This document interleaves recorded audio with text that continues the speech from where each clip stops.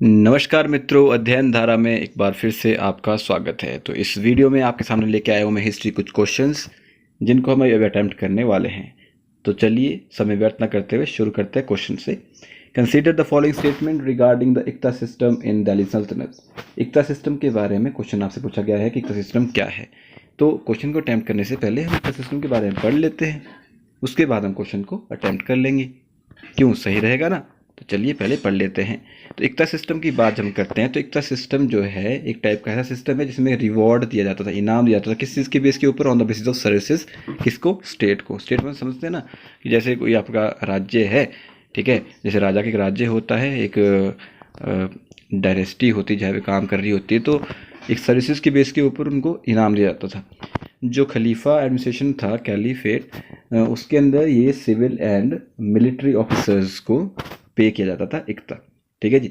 After the establish of सल्तनत, iqta system जो है इंडिया के अंदर भी सुल्तान के द्वारा इंट्रोड्यूस किया गया था भारत देश के अंदर। आर्मी कमांडर एंड नोबल्स को उनको टेरिटरी दी जाती थी एडमिनिस्ट्रेशन करने के लिए, और वहाँ से वो रेवेन्यू कलेक्ट कर सकते थे, ठीक है जी। इन टेरिटरी को इक्ता कहा जाता था, और जो इसको होल्ड करता था उसको इक्तदार या मुक्ति कहा जाता था। ये सिस्टम ऑफ पेमेंट जो है ऑफिसर्स को मेंटेन करने के लिए दिया जाता था, आर्मी को मेंटेन करने के लिए दिया जाता था, ताकि वो अपनी आर्मी को मेंटेन करेंगे, ठीक है जी।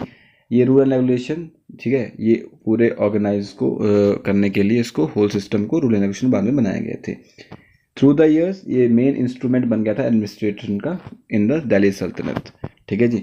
Sultan could get a large share of the surplus production from different parts of the vast territory through this system, ठीक है। क्यों? क्योंकि बाद में पहले तो उनको आर्मी मेंटेन करने के लिए दिया गया था, बाद में उनको बोला कि तुम आर्मी मेंटेन करके जितना रख सकते हो उतना रखो, उसके अलावा जो सरप्लस होता है आपको राज्य को देना पड़ेगा।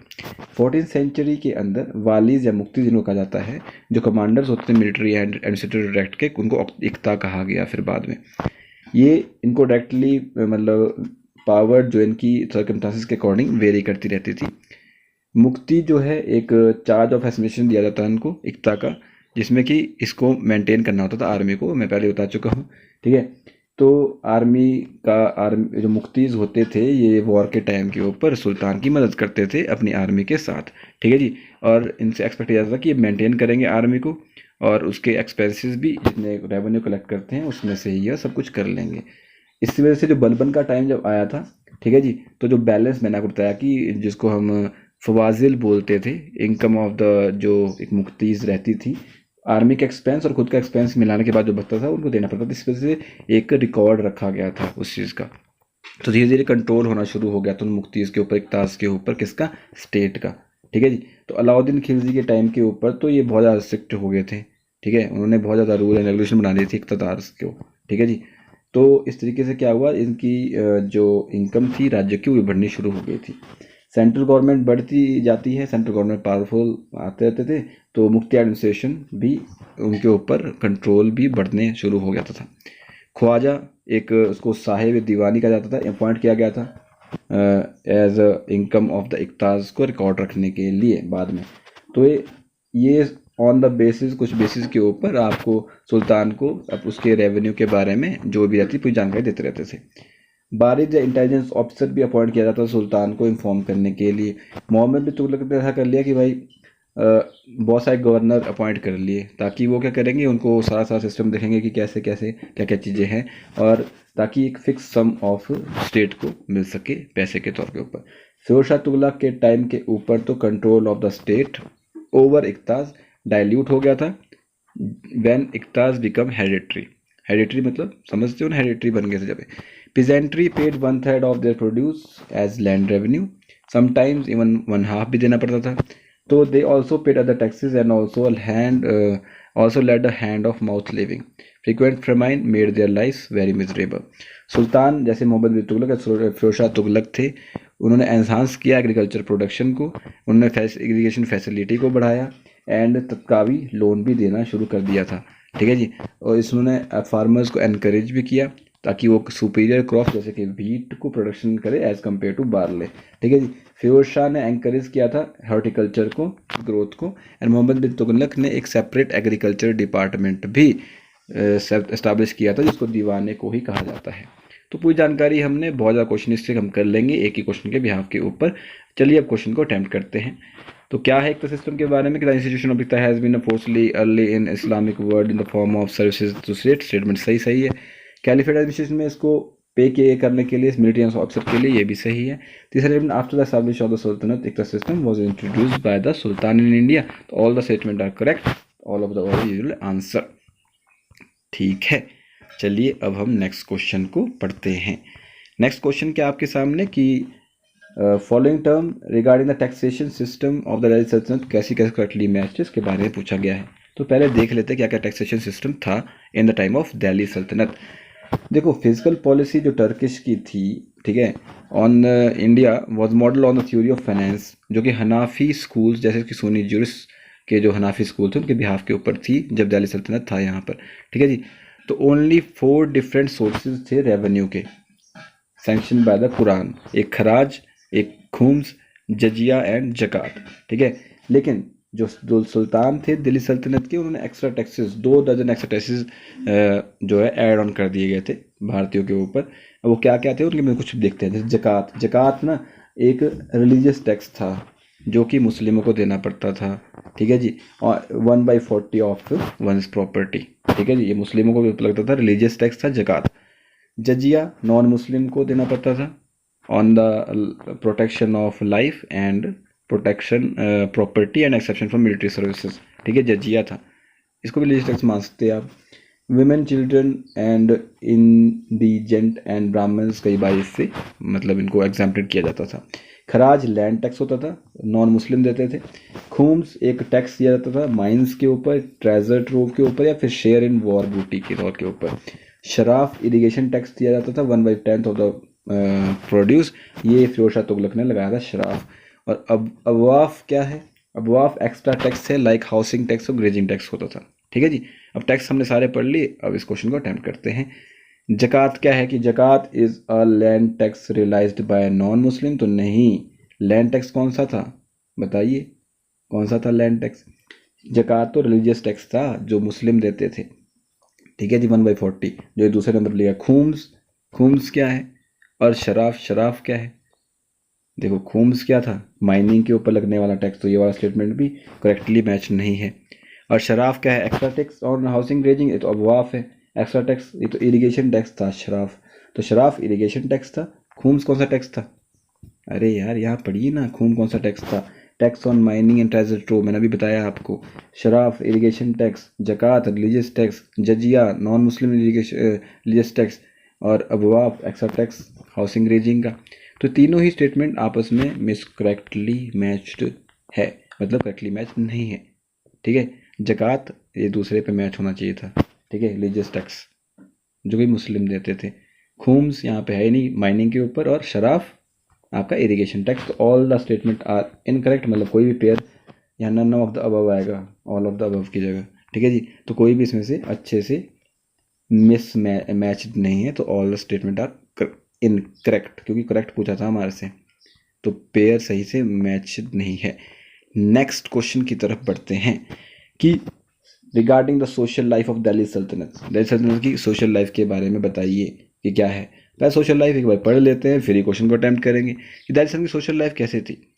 देखो, लिटिल चेंजेस था हिंदू सोसाइटी में, क्योंकि बाहर से कोई इन्वेजन करेगा तो लिटिल चेंजेस तो होगा ही होगा। तो traditional caste system of Brahmins on the upper society was prevalent. Subservient position of women also include in the practice of sati भी बहुत ज़्यादा वाइडली प्रेवलेंट थी उस टाइम के ऊपर।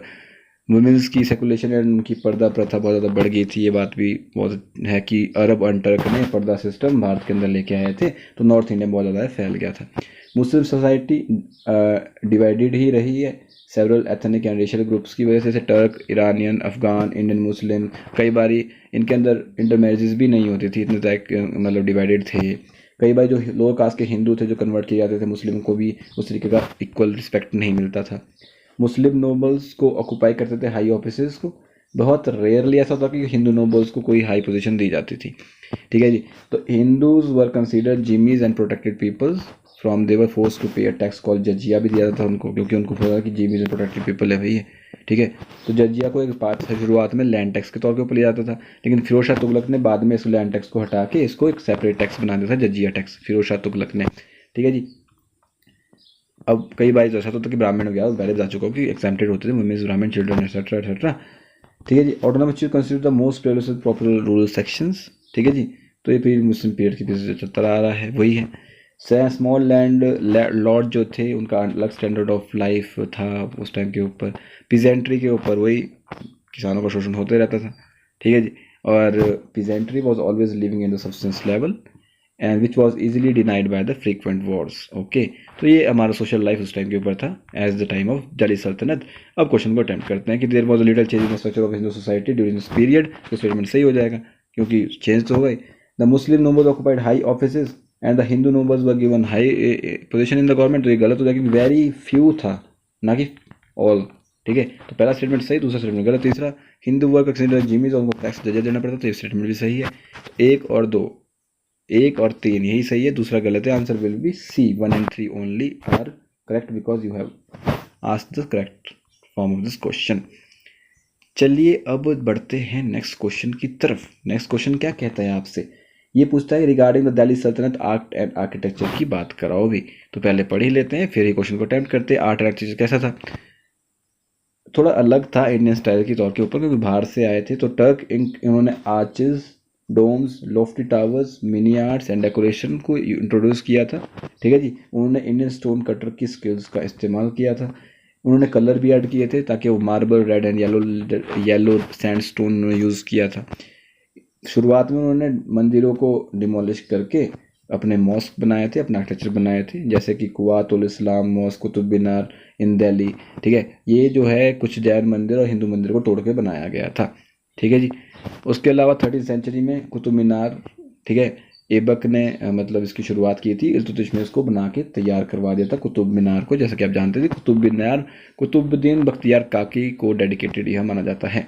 बालकनी थोड़ी सी अलग होती थी प्रोजेक्टेड उसके आर्ट से, तो ये वहाँ पे बताता है कि कितना अच्छा आर्टिस्ट स्किल था उस टाइम के ऊपर। अलाउद्दीन खिलजी ने कुतुब मीनार के लिए अलाई दरवाज़ा बनाया था। तो कुछ क्वेश्चन ऐसे हैं जो यहाँ से डायरेक्टली जो फैक्ट बेस्ड क्वेश्चन थे वो आप कर सके हैं। ठीक है जी। Dome was this arch was built on scientific lines. Tughlaq period के अंदर आर्क एंड डोम को कंबाइन किया गया था। ठीक है, वो cheaper and easily available grey colour stone का इस्तेमाल भी किया गया था। ठीक है, palace complex the call Tughlakabad which was beautifully lake. ठीक है जी, गयासुद्दीन तुगलक के टाइम के ऊपर इसको बनाया गया था। मोहम्मद बिन तुगलक ने टॉम्ब ऑफ गयासुद्दीन बनाया था on high platform. And Kotla fort Delhi का फिरोज शाह तुगलक ने बनाया था। एंड लोधी गार्डन लोधी ने बनाया था। तो ये बात आप जान सकते हैं, आर्ट एंड आर्किटेक्चर की हमने बात कर दी है। ठीक है, अब क्वेश्चन को अटेम्प्ट करेंगे। The art and architecture of the Delhi Sultanate period was distinct from Indian style. तो यस, ठीक है। The Turk introduce the arch dome lofty tower. तो ये भी सही है, हमने पहले पढ़ लिया है। They also coloured to their building by using marble, red and yellow sandstone. So all the statement are correct because you have asked the correct question. So all the our statement are correct. Answer will be D. चलिए अब इसके ही next question की तरफ बढ़ते हैं। दिल्ली सल्तनत के literature के बारे में पूछा गया है। तो वही बात है, हमने पहले सोशल लाइफ देख ली, आर्ट एंड आर्किटेक्चर देख लिया, दिल्ली सल्तनत हम सारा ही पढ़ रहे हैं। तो इस बार हम लिटरेचर भी पढ़ ही लेते हैं। लिटरेचर क्या कहता है, लिटरेचर बोलता है कि दिल्ली सुल्तान ने पैट्रोनाइज किया था लर्निंग एंड लिटरेचर को, और उनका बहुत अच्छा प्यार था अराबिक एंड पर्शियन लिटरेचर के साथ। ठीक है जी, उन्होंने लर्न मैन बुलाए थे पर्शियन लैंग्वेज में। ठीक है, to encouragement from the rulers. Theologian poetry, the writing of history was also encourage. ठीक है, सम ऑफ सुल्तान के तो खुद के अपने हिस्टोरियन भी थे। ठीक है जी, मोस्ट फेमस हिस्टोरियन पीरियड जो था हसन निजामी, मिहाज उसराज एट्सेट्रा एट्सेट्रा। ठीक है जी, Firoz Shahi contain the history of Tughlaq dynasty. ये किसने लिखी थी, बर्रानी तारिखी ने लिखी थी। ठीक है जी, एक तबाकत ए नसारी मिराज उस सिराज ने खुद लिखी थी। ठीक है, एक मुस्लिम डायनेस्टी की जो अप टू 1260 थे उनकी जनरल हिस्ट्री आपको इसमें देखने को मिलेगी। अमीर खुसरो 1205 से लेकर 1325 तक एक फेमस पर्शियन राइटर, बहुत लोगों ने उसका नाम सुना होगा। ठीक है, उसने बहुत सारी पोइम्स लिखी है। ठीक है जी, एंड बहुत सारी चीज़ें उसने की है, मतलब अच्छा राइटर था वो। ठीक है जी, तो इंडियन स्टाइल में भी new style of Persian poetry उसने इन्वॉल्व किया था। एंड इसको सब्बा की हिंद कहता जाते हैं इंडियन स्टाइल। ठीक है, तो हिंदी वर्सेस के अंदर भी कुछ थे उसके। Amir Khusrau Khazain ul Futuh speak about the Alauddin conquest. Sanskrit and Persian functions as link language in the Delhi Sultanate, ठीक है जी। जिया नक्शाबी, ठीक है, फर्स्ट जिसने ट्रांसलेट किया था संस्कृत को पर्शियन के अंदर। तो यहाँ से क्वेश्चन ऐसे ऐसे भी हम पता कर सकते हैं जिया नक्शाबी क्या है क्या नहीं है। तो तुतुनामा बुक है, ठीक है, बुक ऑफ द पैरेट जो कहते हैं, बहुत पॉपुलर हुई थी, ट्रांसलेट की गई थी टर्किश के अंदर, एंड बाद में उसको यूरोपियन लैंग्वेज के अंदर भी कन्वर्ट किया गया था, ट्रांसलेट किया गया था। राज तरंगिणी जो कि कलहड़ ने लिखी है, ठीक है, belong to the period of the Zain ul Abidin, Kashmir के रूलर, ठीक है, कश्मीर के राजाओं के बारे में राज तरंगिणी में मिलता है, तो पता ही है आपको। बहुत सारे Sanskrit work, medicine and music translate किया गया था पर्शियन के अंदर। अरबिक के अंदर अलबरूनी की किताब उल हिंद बहुत फेमस बुक है अलबरूनी की।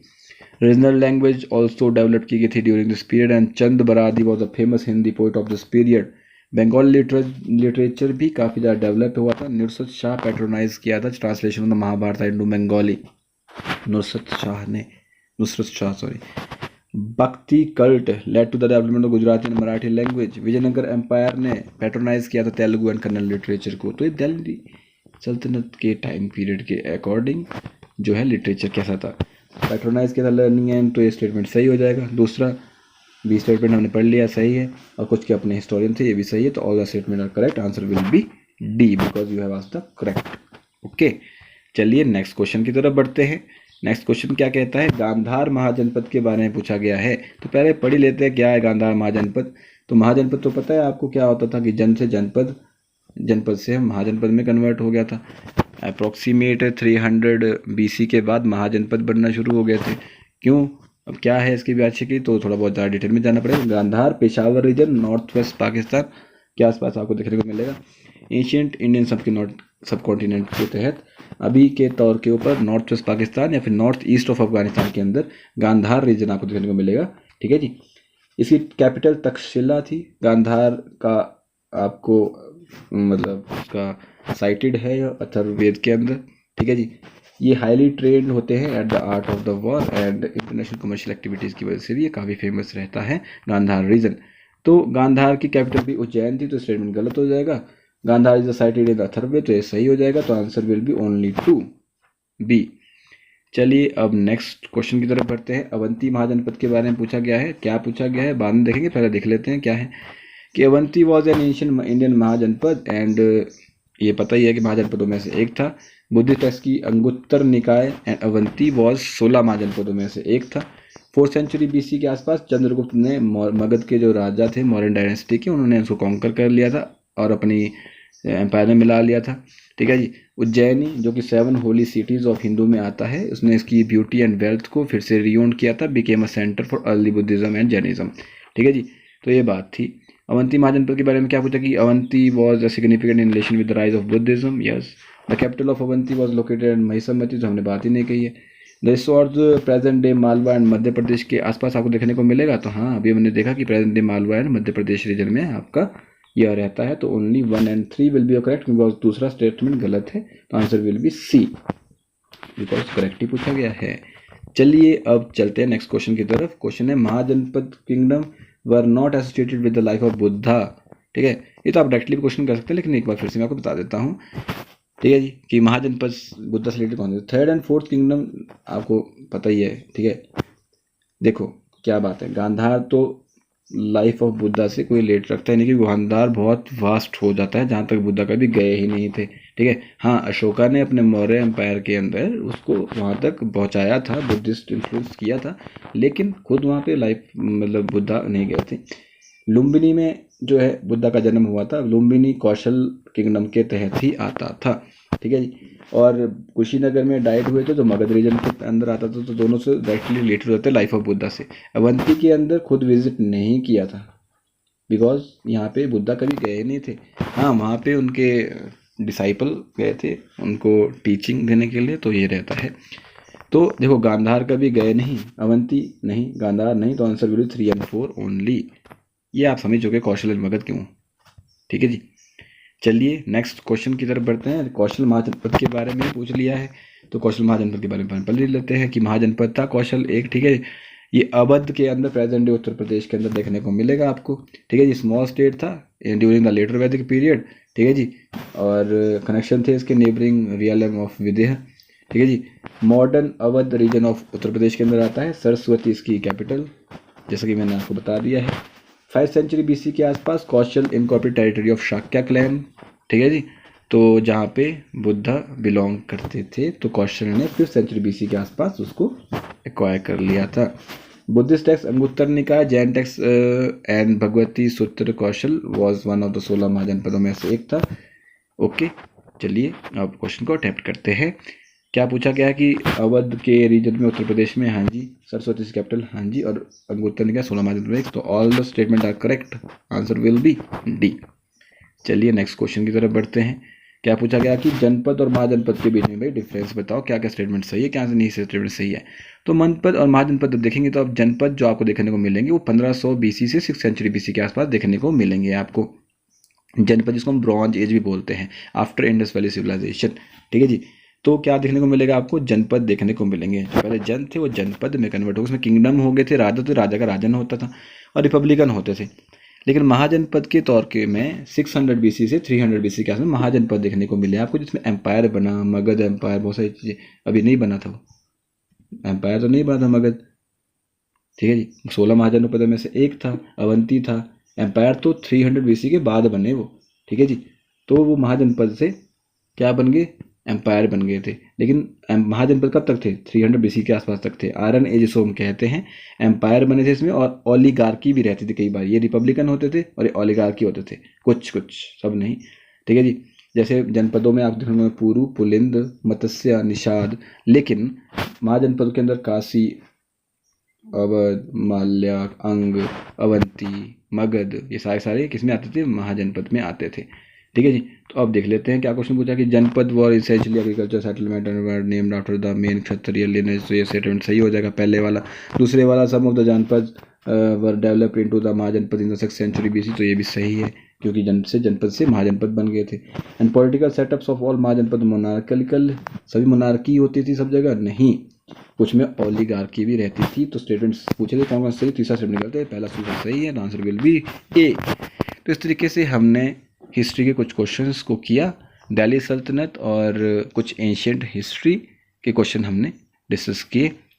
तो होप्स आपको वीडियो से काफ़ी सीखने को मिला होगा। मिलते हैं नेक्स्ट वीडियो में, तब तक के लिए जय हिंद, जय भारत।